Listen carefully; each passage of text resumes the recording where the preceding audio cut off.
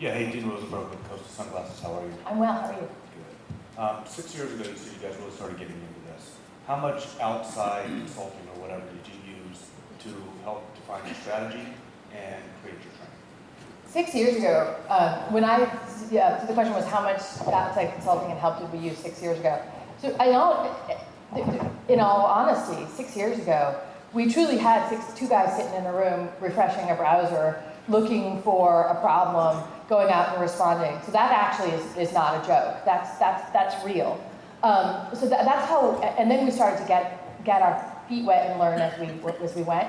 There have been places where we have used more outside help. Like we used, as we thought about the Rockstar program, for example, we used a company that had been really instrumental in Microsoft's MVP program, which is really one of the best practices in the industry of building that kind of community advocacy.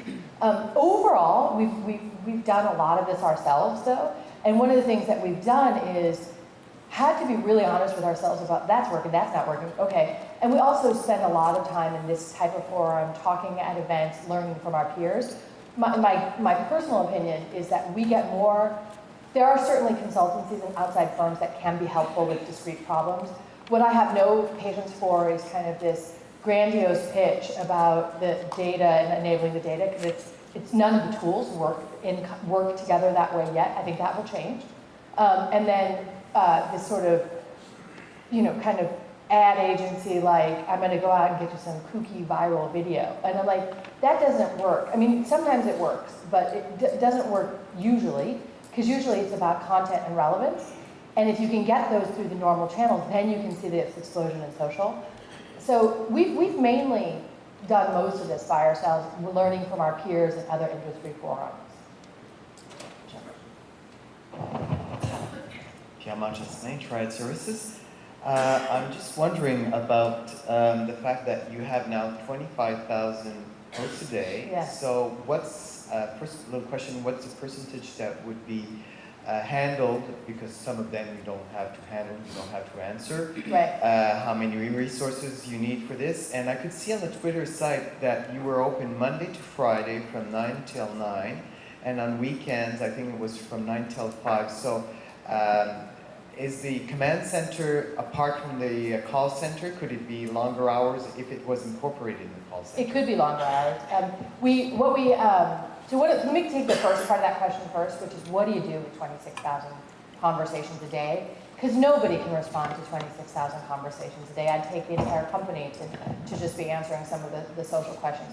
And that's a place where, while it's evolving, the ability to have accurate data and categorize the data is really key here.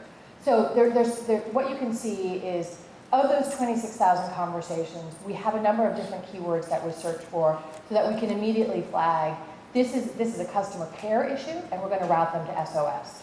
And we're reasonably efficient at doing that. Still more work to do, but that's actually pretty speedy. We can do that quickly. There are forums that we look at, like our outreach page on Facebook, where we know that customers go to talk about those problems. So that's one thing. The other thing is we don't respond to all of those conversations, obviously, but we do look at things like, here's a key trend. Here's what the industry is saying about Windows 8. Here's what the community is saying about Windows 8. Here's how we think about needing to respond to an issue in aggregate. And then we use it as a way to monitor for customers who are engaging on behalf of our brand, so we can do something really simple like go out and just say, thanks, I really appreciate your advocacy for Dell. Do we get all of them? No. But do you see that kind of cumulative effect? We do. And then the final thing is, what we also know much, much more quickly than we would in the past if we have a problem. So we can look at how we're starting, here's something, this is a real example. We had seen, Alienware is one of our marquee consumer products, it's a gaming product. It has great brand loyalty. And we'd seen this deterioration in the Alienware NPS scores. And we were going through the verbatims and we could not figure out why. And then we went through the social data, and what we figured out was there was a hinge issue. And we actually knew about another hinge issue. So there was some place in the system where we said, okay, it's the hinge issue, we've addressed it, check. But what there was is there was another hinge issue, and some guy had actually gone out and put a video on YouTube talking about that issue specifically.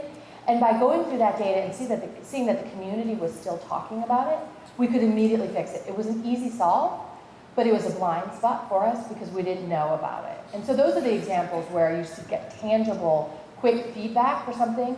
Because the thing that might have happened in the past is one of our most loyal communities, they get increasingly frustrated and increasingly concerned about our non-responsiveness, when in fact we actually thought we had responded to that issue.